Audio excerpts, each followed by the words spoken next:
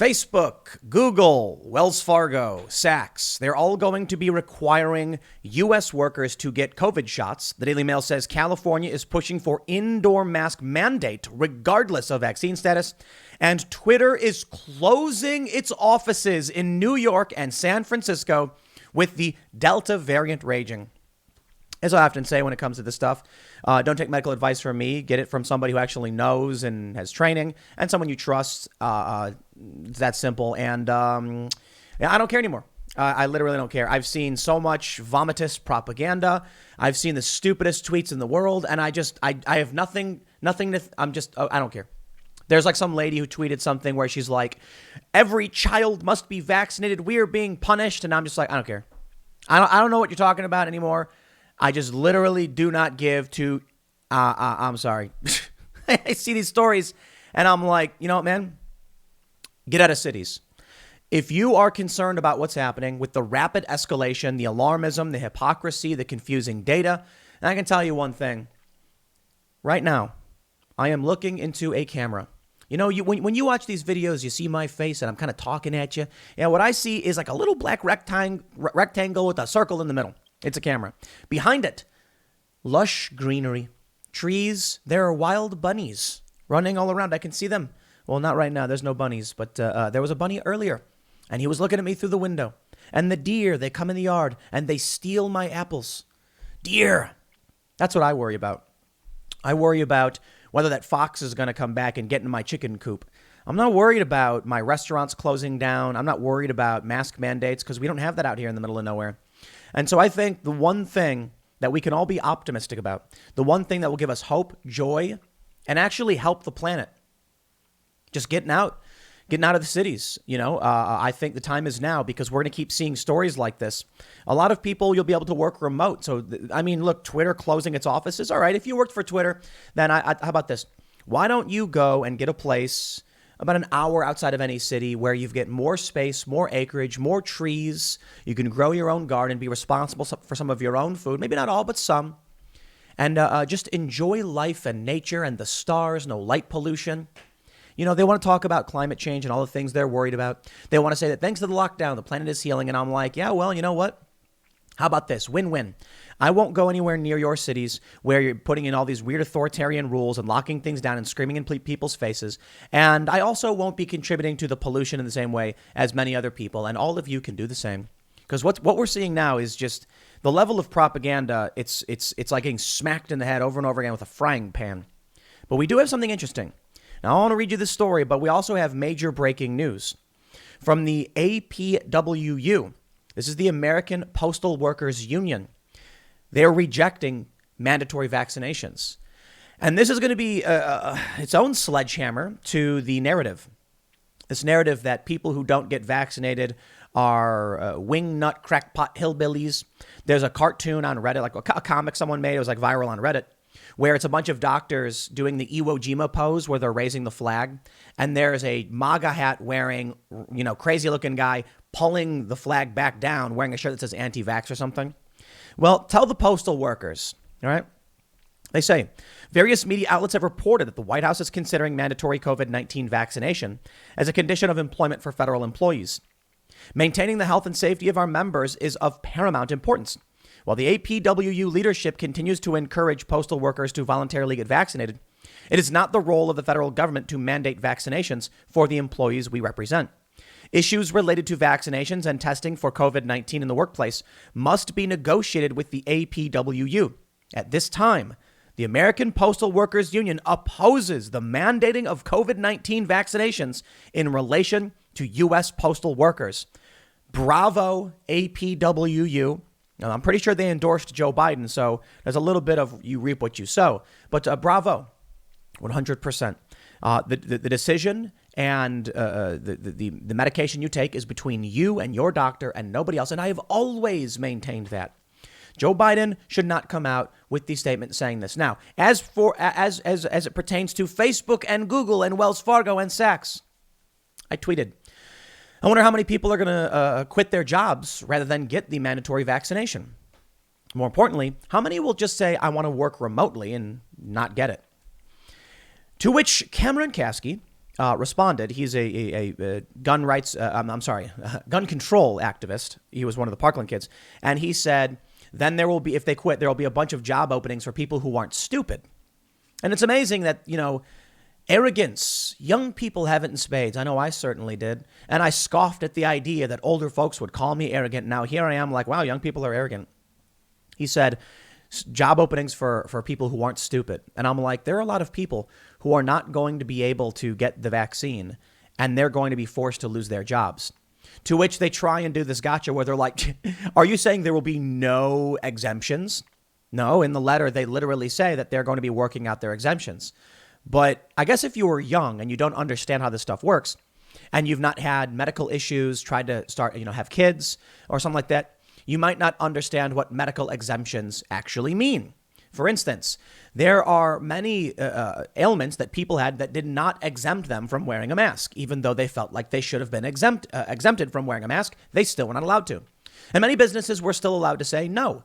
There was this viral thing where people were claiming that due to certain issues they had, they were exempt from wearing masks, and it just didn't fly with certain businesses.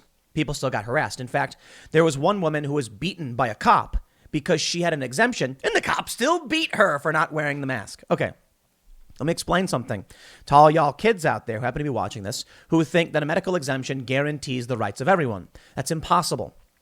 You take a look at the lax nature of California's medical marijuana laws. I remember when I was in Venice, living in California, I was hanging out in Venice Beach, and they were like, you can basically just say anything and get one of these cards. Yeah, if you wanted to be able to buy medical marijuana, they were like, the doctor will prescribe it so long as you just say you have back pain or something. And you can just say it because I can't falsify it. I'm like, that's the stupidest thing ever. I mean, this should be a legitimate medication for people who need it. But the rules there, the medical exemptions for acquiring this were so lax, anybody could just claim it. So businesses like Google can't have lax policy when it comes to medical exemptions because people would just say, oh, sure, I qualify later, and then not do it. So there's no point actually having the mandate, which means there's going to be a line somewhere. The easiest example of where this clashes is a woman who might be pregnant. Now, she doesn't have a confirmed test. She doesn't have, the doctor says, we don't know for sure. You might be, we'll have to wait some time. And then Google says, you have to get the vaccine. The woman says, well, the doctor says if I am pregnant, then I shouldn't get this, but we're not sure. Maybe. See, it's a gray area. They could say, well, you have no documentation proving that you are unable to do it. It's a hypothetical. So we're going to go ahead and say, no, you have to get the vaccine, right? Well, then the woman's going to say, I'm not doing it because I might be pregnant. And then what, quit? Or they're going to say, okay, we'll give you the exemption under the pretense that you may be pregnant, in which case anyone could just say, I might be too. Well, women at least. But there are other issues like cancer survivors. There was one story that Media Matters was roasting Sean Hannity over because a cancer survivor called in and said his doctor had recommended, because he was immunocompromised, he get the vaccine. But there are serious risk factors for cancer survivors when it comes to vaccination. And the man asked the doctor, would he be willing to prescribe it and then administer it? The doctor said no. And see, doesn't that create a very serious conundrum for a person who has known risk factors that the CDC has warned about? Now, let me be clear. I want to show you this story from timcast.com. Oh, bring on all of the people calling me a vaccine shill. New data illustrates alarmism over Delta variant. Because the new data shows, they say a study of over 14,000 emergency hospital admissions of the Delta variant, 166 of which were hospitalized. They say the Pfizer vaccine is 96% effective after 2 doses, staving off the Delta variant. The AstraZeneca vaccine, 92% effective. They're coming out and yelling about the Delta variant when we have a study right here showing that these vaccines were effective. I had Dr. Chris Martenson on Timcast IRL, and he was talking about ivermectin. And we've also seen, Brett Weinstein. We know their opinions, and I can certainly respect them as learned men who are scientists, and I am certainly not. But I must stress 2 things. Yes, it's true. The FDA has not approved ivermectin or any of these things. And that's why I always say, go to your doctor and talk to them. I can't give you medical advice. These Brett and Chris, they're actual PhD doctors, so they probably understand things better than I do. But I can say, as a layman, When I was talking to Chris, he said, look at these studies. And I pulled up a bunch of studies saying ivermectin was not effective. So what am I supposed to do? Am I supposed to blindly just trust some studies and not others? The left keeps saying trust the science, but they disregard studies that contradict what they're saying. I won't do that either. So we have this article from timcast.com showing that the Pfizer vaccine and AstraZeneca are over 90% effective, 96% in staving off hospitalizations due to the Delta variant. So when they come out and now say, oh, everyone who's vaccinated must do this, that, or otherwise, it's like, but the studies show that the vaccines work. Now, my problem is political with everything that's going on. It's mandatory medication. I got to admit, though, Facebook, Google, Twitter, sure, do what you want. If they want to mandate this, workplaces are allowed to do it. They literally are. I know people might not like it, but a private business can tell you that you need to have certain vaccinations if you want to work there. If you don't like that, you are free to leave. I guess I'm just a bit more libertarian than many people, but not more than libertarians, mind you.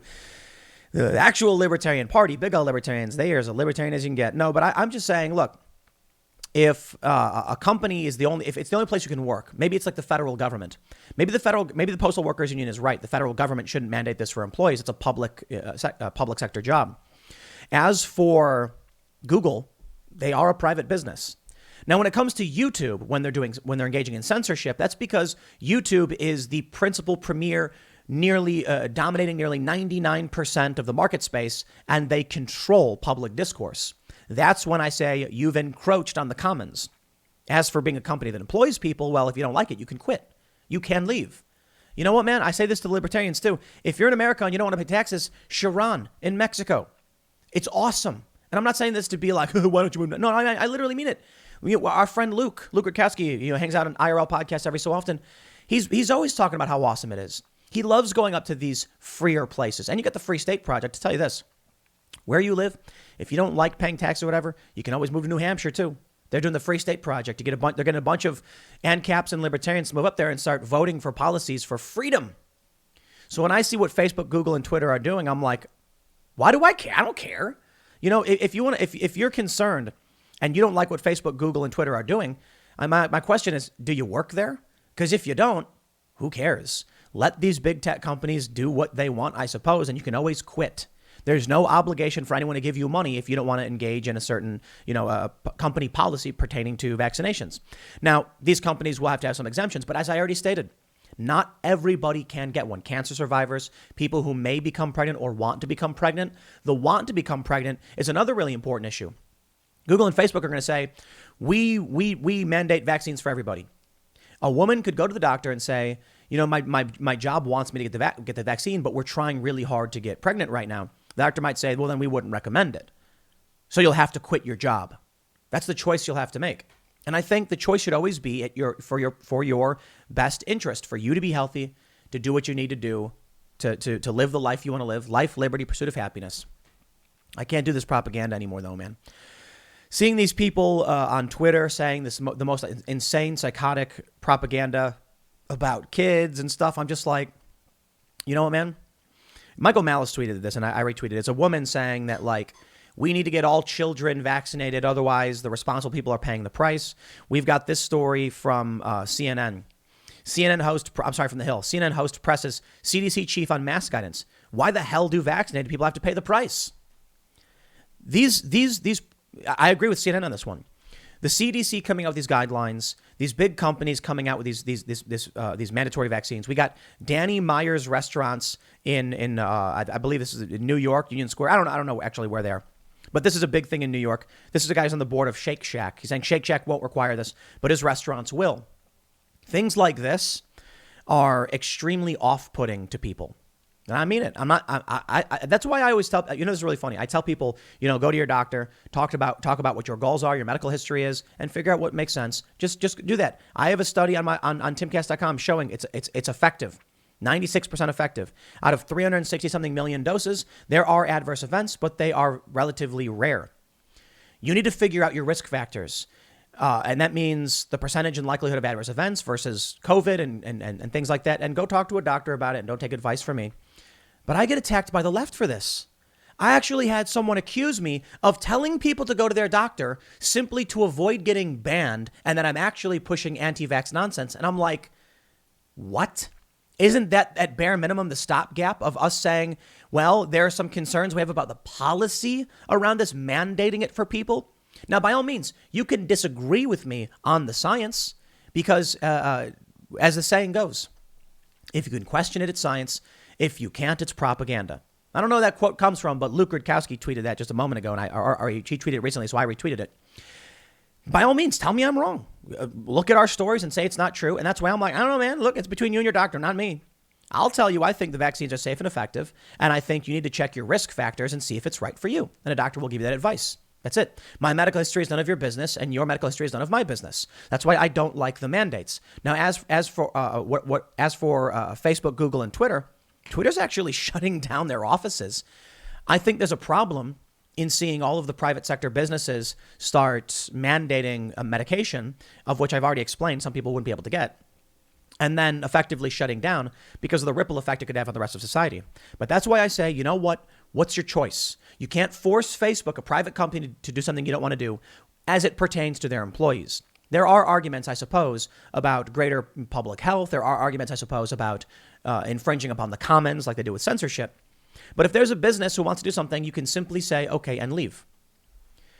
When it comes to the common spaces and our ability to engage in politics, however, that's where I draw the line.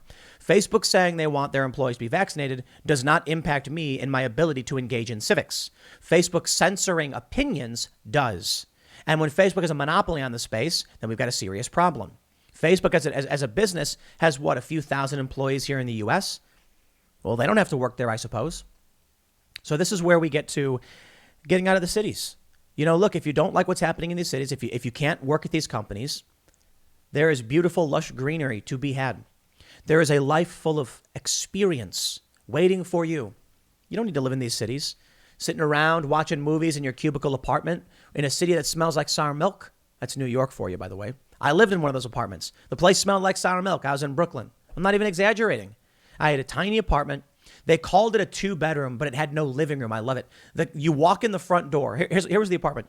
You open the door to my apartment, and you were in the kitchen. And I put a sofa in the kitchen because we didn't have a living room. And then there were 2 rooms. They called it a 2-bedroom. It wasn't. It was basically a 1-bedroom. And what they did was it was a studio at first, and they built 2 walls to separate what was supposed to be the living area into 2 different rooms that were very small. So you know what? I eventually said, this is ridiculous. And I moved out of the city. I moved over the river. And then there was more conflict, more crisis. There were bombings in New York. And I said, I'm going to move further away. So I moved to the suburbs, moved further south. Then I moved even further south to the Philly area. And then ultimately, with the riots crossing the bridge, I said, I'm going out to the middle of nowhere. Now, my previous office house, and we moved a month or two ago, I could see mountains out the window. Now I'm looking at the forest out the window, and that's all right. It's better lighting it's better the sun angle and everything. But I can see the deer and the rabbits, and I can see nature. We had wild berries for a minute, the mulberries. All that season is over, which is kind of a bummer because we were picking the berries and just getting away from these cities. We can have an argument about the data, about vaccines. We can have an argument about what the businesses should or shouldn't do, and then I can just be like, at the end of the day, there's one thing you can do. By all means, keep fighting the fight, standing up for what you believe in and pushing back where you believe you need to push back and speak up for what you think is true and correct. You can disagree with me. By all means, I encourage you to do so. And I encourage you to be free, to pursue happiness, to find the way to do it. And when I look at what's happening with cities and I look at what's happening with these mandates, when I look at what's happening with the COVID pandemic, I simply say, well, I don't think we can push this boulder up the hill. We can all certainly contribute to trying to solve these problems and make the world a better place. And that's the long-term goal. And then in the short term, we can just make our lives a little bit better and make our lives more comfortable and accept where we can make changes. As the saying goes, I cannot control the wind, but I can control my sails. Or as you can't control the direction of the wind, but you can adjust your sails. So while the wind may be blowing fierce and it may result in things I don't like, and New York is saying they're entering the mandatory phase. De Blasio said the voluntary phase is over. I can look at it and say, okay, well, I know what's right for me. I know what risks I'm willing to take, and that's between me and my doctor. And if I want to relax and not wear a mask and go outside and breathe the air, it'll be outside of a city. You live in places like New York, I'm telling you, they're going to start locking down again. I'm not kidding. They are going to start locking down again. In New York, they're already saying that they're shutting down restaurants. Like I mentioned, Twitter is shuttering its New York and SF offices. It's just shutting them down. There's going to be empty buildings everywhere. You're not going to be allowed to leave your home. It's going to be like it was last year. People are going to get pent up. The rage will build, and then we'll start seeing more violence. You know, the riots we saw last year weren't just for Black Lives Matter. It was because people were locked in their homes for months and they were losing their minds. And they wanted to get outside. And now they had an excuse to do it. We're about to do everything all over again. And so you know what? Out here, we grow our own vegetables. We got chickens. They're having babies. We're incubating the babies. And that's going to be fun. And we're going to film all that stuff. And we're skating because we have space. And with this space, we pollute less. We do. It's amazing, isn't it? We're spread out. And so things are recycled better. We are one of the guys here. He's building a cardboard recycling machine so we can make blocks and bricks out of cardboard, so we can use it for projects and for building. And it's just great, man. It is.